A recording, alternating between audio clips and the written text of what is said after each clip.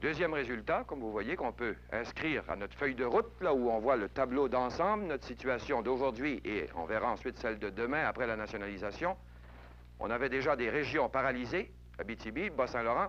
Maintenant, on peut inscrire tarif injuste et puis négligence. Mais ça, c'est encore rien, vous savez. Le plus beau là, de ce système de fous que nous avons et qu'on entretient depuis des années dans la province de Québec au point de vue électricité, c'est que l'hydro, notre hydro à tous, là, notre propriété aux Québécois, c'est elle qui dépense toujours davantage d'année en année pour produire du courant, pendant que les compagnies privées, parce que c'est ça qu'on a entretenu comme système sous l'Union nationale, elles dépensent de moins en moins pour des barrages, des centrales, pour produire du courant. Ce qui fait que de 45 à 62, vous avez ça au tableau, les 11 compagnies qu'il s'agit de nationaliser ont dépensé 400 millions de dollars. Les 11 compagnies, tout ensemble, 400 millions en construction. L'hydro, pendant la même période, a dépensé 1 milliard 200 millions. 3 pour 1 pour la seule hydro. Carillon, Bercy-Mise, Beauharnois, maintenant la Manicouagan. Et les compagnies achètent en gros le courant produit par l'Hydro-Québec et le revendent au détail à leurs clients en faisant les profits. Alors, à notre tableau, maintenant, on peut inscrire quelque chose d'assez drôle qu'on va inscrire, vous allez voir, et qui est strictement vrai à part ça. Dans le système actuel, on a la nationalisation déjà faite des dépenses. Les compagnies privées dépensent de moins en moins pour faire du courant.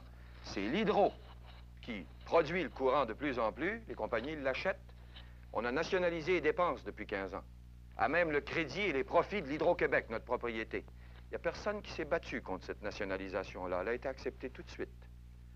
On n'a pas nationalisé les profits, par exemple, et pendant que les profits s'accumulent, eh bien, chaque année, ils s'en vont de plus en plus gros en impôts fédéral et en dividendes distribués très souvent en dehors de la province de Québec, en dehors de chez nous.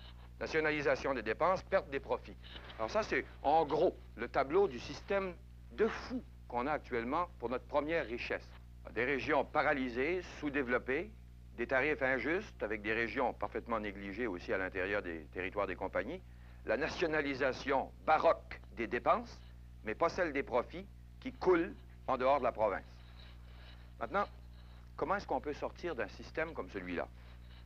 Bien, c'est la nationalisation qui nous le permet, puis elle nous le permet de façon à ce que ce soit profitable, en corrigeant tous ces défauts-là, dès la première année, qu'il y ait un surplus, que ce soit profitable pour l'hydro, c'est-à-dire pour l'ensemble de la province. Voyez-vous, la nationalisation va nous permettre, on le disait au début, d'unifier toutes ces pièces détachées en un seul réseau qui est notre propriété commune à tout le monde. Et quand c'est la propriété de la population du Québec, la première chose que ça a comme résultat, c'est que ça fait disparaître l'impôt fédéral. On cesse de payer de l'argent par millions à Ottawa. Impôts fédéraux, d'abord, des 11 compagnies qu'on récupère par le fait que ça devient propriété de l'hydro qui ne paye pas d'impôts, à partir des chiffres de 1961. Ça, c'est déclaré, c'est indiscutable. Et ça augmente chaque année. Ce serait plus en 62, mais on prend ceux de 61 qui sont publics. 15 millions de dollars qui rentrent dans la province de Québec. Et c'est le gros bon sens. En Ontario, ils n'en payent pas. Dans 5 autres provinces, ils n'en payent pas d'impôts fédéraux sur l'électricité parce que c'est nationalisé dans ces provinces-là. Alors nous, on subventionne les autres à même une richesse naturelle qui est produite chez nous et qui est consommée chez nous. C'est notre argent dans tout le circuit. Alors on fait rentrer 15 millions sur la base de 61 d'impôts fédéraux. Les revenus nets déclarés après l'impôt et en grande partie distribués en profit, la base de 1961, 20 millions et demi qui reviennent à l'hydro au lieu de s'en aller en très grande partie pour au moins 40-50% pour la seule compagnie Shawinigan, par exemple, en dehors de la province de Québec. C'est produit avec notre argent, puis ça s'en va en dehors. Là, on le fait rentrer pour l'ensemble de la population. Les économies, ça veut dire tout ce qui est dans ce système de broche à foin gaspillé chaque année pour maintenir une douzaine de compagnies avec leur réseau, chacun son petit royaume ou son grand empire. Des lignes de transmission inutiles, des stations d'interconnexion ou des sous-stations inutiles, un emploi de l'eau qui est toujours au profit des compagnies et jamais au profit de l'Hydro-Québec, propriété du peuple. Le minimum qu'on récupère par un réseau unifié, d'après tous les experts qui ont fouillé là-dessus, c'est 5 millions par année. Alors, je crois bien qu'on est d'accord que le total, le plus indiscutable et le plus minimum, c'est 40 millions et demi de revenus additionnels que la nationalisation apporte en partant la première année à l'Hydro-Québec. Alors, sur notre feuille de route, si vous voulez, on va inscrire d'abord revenus nouveaux pour l'Hydro-Québec par la nationalisation en partant 40 millions et demi la première année. Bon, maintenant, à même ce 40 millions et demi qu'on récupère pour l'Hydro-Québec au nom de tous les citoyens de la province, il faut quand même les acheter, les compagnies, les 11 compagnies, et il faut les acheter de façon à ne spolier personne, de façon à donner raisonnablement ce que ça vaut aux actionnaires actuels. C'est essentiel pour le crédit, le bon renom de la province, et pour que l'opération soit en santé d'un bout à l'autre. Et vous allez voir qu'on peut le faire et que c'est payant quand même tout de suite en partant. Les compagnies portent actuellement en dette à long terme, si vous voulez, à peu près 240 millions d'hypothèques. Cette hypothèque-là, comme vous le savez très bien, elle est déjà couverte amplement parce que le 40 millions et demi, on a pris ça à partir de l'impôt. Alors, avant l'impôt, les compagnies ont déjà payé ce que ça leur coûte pour leur dette actuelle. L'Hydro, tout simplement, a besoin d'assumer cette dette-là et de l'incorporer dans sa propre dette, mais l'argent est déjà là avant le 40 millions et demi. Ce qu'il faut sortir d'argent nouveau pour acheter les compagnies, c'est à peu près, raisonnablement, 325 millions. Ça, c'est pas de l'argent nouveau, il suffit de l'assumer. 325 millions, grosso modo. Ça peut être un peu plus, ça peut être un peu moins, mais ça, c'est un chiffre très raisonnable. Pour l'amortissement de cette dette, le capital, avant l'impôt, vous avez juste à penser à des choses comme la dépréciation, tout ce que les compagnies peuvent imaginer, comme d'ailleurs nous tous, quand on fait notre impôt, avant de payer. Hein. On déduit tout ce qu'on peut.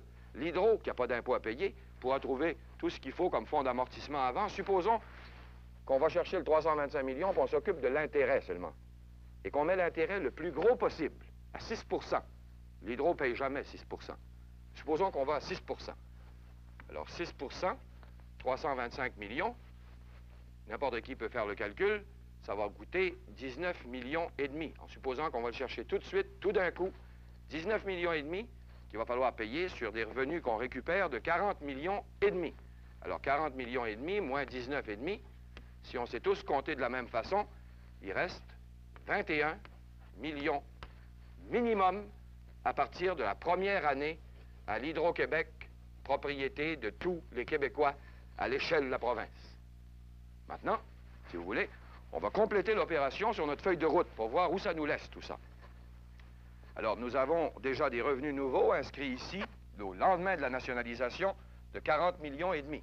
L'Hydro a tout récupéré ça. Maintenant, on achète les compagnies et ça nous coûte 19 millions et demi. Il reste clair et net, à partir de la première année, 21 millions. Plus 21 sur 40 et demi, plus que 50 cents de profit clair et net dans la piastre pour l'Hydro. Avec ce 21 millions, amplement, l'Hydro peut prendre ces régions paralysées, par exemple, et convertir l'Abitibi au 60 cycles et lui donner l'impression de vivre au 20e siècle comme le reste de la province. Peut moderniser le Bas-Saint-Laurent, lui enlever son système de broche à foin et lui donner une structure moderne et lui permettre d'avoir de l'industrie. Ce qui est très difficile dans le Bas-Saint-Laurent et la Gaspésie actuellement, sauf littéralement en faisant des efforts surhumains. Les tarifs qu'on paye dans les régions où souvent ce sont les plus pauvres qui payent trop cher peuvent être réduits la première année dans l'ensemble des territoires des compagnies de 10 à 40 % de réduction des tarifs d'électricité.